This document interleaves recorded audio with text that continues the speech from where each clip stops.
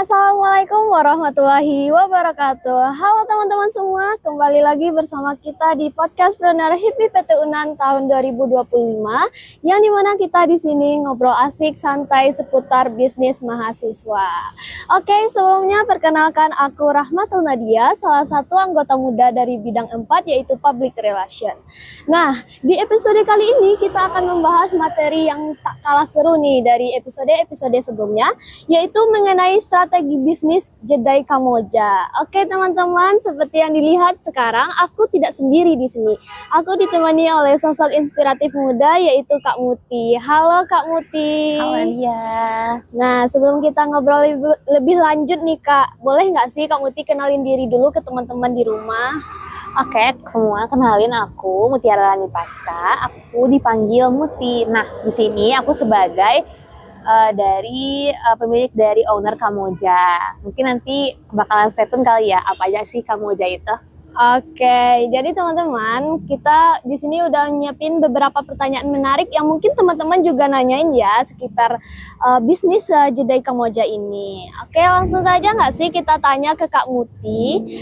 Di mana pertama itu kita mau nanya nih Kak, apa sih yang membuat Kamboja ini memilih Jedai sebagai produk utamanya? Nah, jadi aku nih awal mulanya tuh kayak gini. Aku tuh suka banget Car Free Day. Nah, dia tahu nggak Car Free Day setiap hari Minggu di Sudirman itu? Iya, rame banget kan Kak? Iya, nah jadi sepanjang jalan itu aku lihat tuh belum ada kayaknya orang yang jual jedai gitu kan.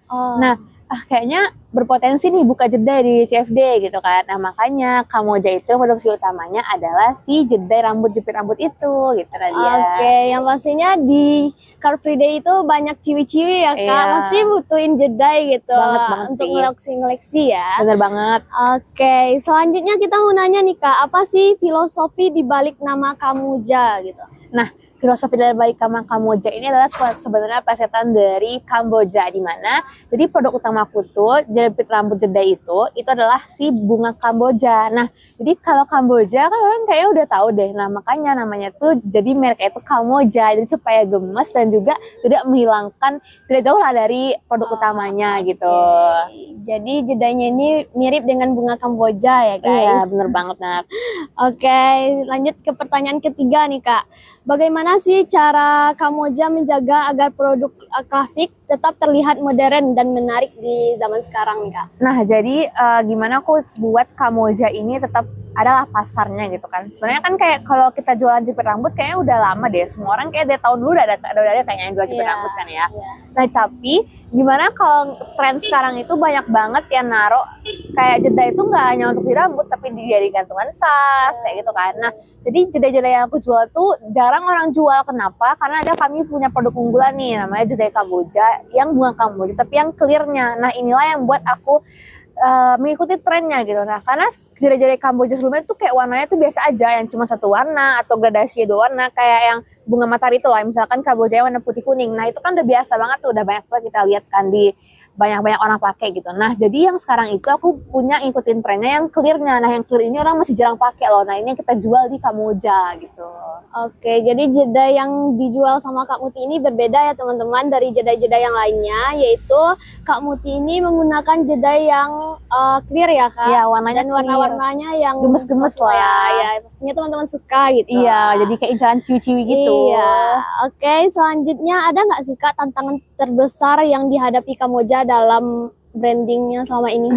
Sebenarnya kalau untuk branding, aku cerita sedikit ya. Kalau branding aku tuh dari media sosial, TikTok sama Instagram. Nah, tapi kalau untuk Kamboja sendiri, teman-teman bisa lihat di TikTok Kamboja nanti, itu kami ini sih kayak rame orang nonton di TikTok Kamboja itu, terlebih jenis kontennya itu adalah jenis konten kalau aku lagi jualan kayak yang beli aku tunjukin kayak gitu kan. Nah, itu yang banyak ditonton. Nah, kenapa? Kayaknya dari pasar TikTok itu sendiri orang tertarik nih kayaknya kalau rame yang beli jadi kepo deh orang mau ke sana gitu kan. Nah, jadi kalau dari tantangan branding sendiri sih kayaknya susahnya itu adalah dari awal aku bangun itu dari 0 followers sampai sekarang itu udah sampai 500-an followers di TikTok gitu. Karena aku sering buat konten kalau aku jualan gitu. Oke teman-teman, jangan lupa kepoin ya akunnya Kak Muti nih yang jualan Kamboja. Kamboja ya guys nama akunnya.